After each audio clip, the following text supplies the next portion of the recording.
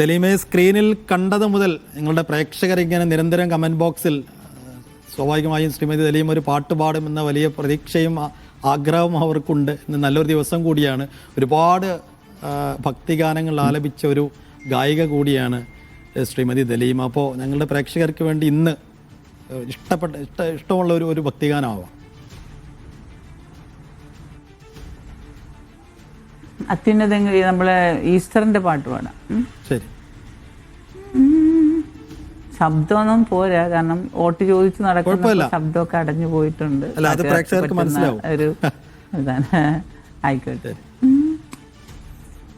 അത്യുന്നതങ്ങളിൽ ആകാശവീഥിയിൽ സ്വർഗീയ ഗീതം മുഴങ്ങി, അഗ്നിച്ചിറകുള്ള മാലാഖമാർ നിൽക്കി യേശുദേവൻ ഉയർത്തു. അത്യുന്നതങ്ങളിൽ ആകാശവീഥിയിൽ സ്വർഗീയ ഗീതം മുഴങ്ങി, അഗ്നിച്ചിറകുള്ള മാലാഖമാർ നിൽക്കി യേശുദേവൻ ഉയർത്തു. വിശ്വസിക്കുന്നു ഞങ്ങൾ, നിന്നിൽ ആശ്വസിക്കുന്നു ഞങ്ങൾ. വിശ്വസിക്കുന്നു ഞങ്ങൾ, നിന്നിൽ ആശ്വസിക്കുന്നു ഞങ്ങൾ.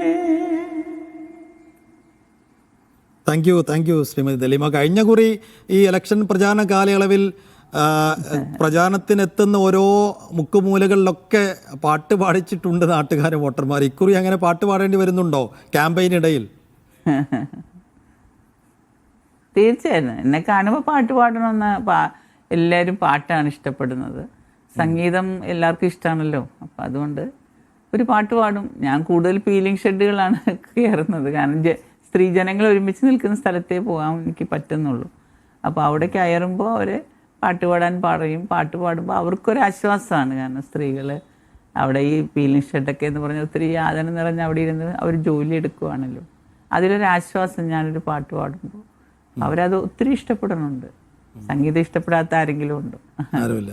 അപ്പോൾ കഴിഞ്ഞ തവണ പോലെ ഇക്കുറിയും പാട്ടും പാടി ജയിക്കും.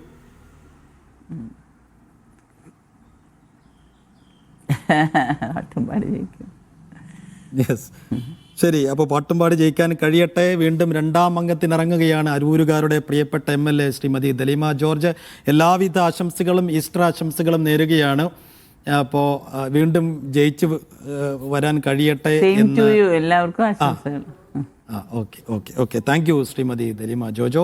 അപ്പോൾ ഈസ്റ്റർ ദിനത്തിൽ എല്ലാ സ്ഥാനാർത്ഥികൾക്കും, ഏറെക്കുറെ 140 മണ്ഡലങ്ങളിലെ സ്ഥാനാർത്ഥികൾക്കും സവിശേഷമായൊരു ഈസ്റ്ററാണ്. കാരണം വലിയ തിരക്ക് പിടിച്ച ദിവസമാണ്. ഇതിനിടയിൽ ഈസ്റ്റർ വരുമ്പോൾ ഈസ്റ്റർ ഒരേ സമയം ആഘോഷവും ഒപ്പം തന്നെ പ്രാർത്ഥനാ നിർഭരമായ ഒരുപാട് ചടങ്ങുകളും ഒക്കെ ഉണ്ട്.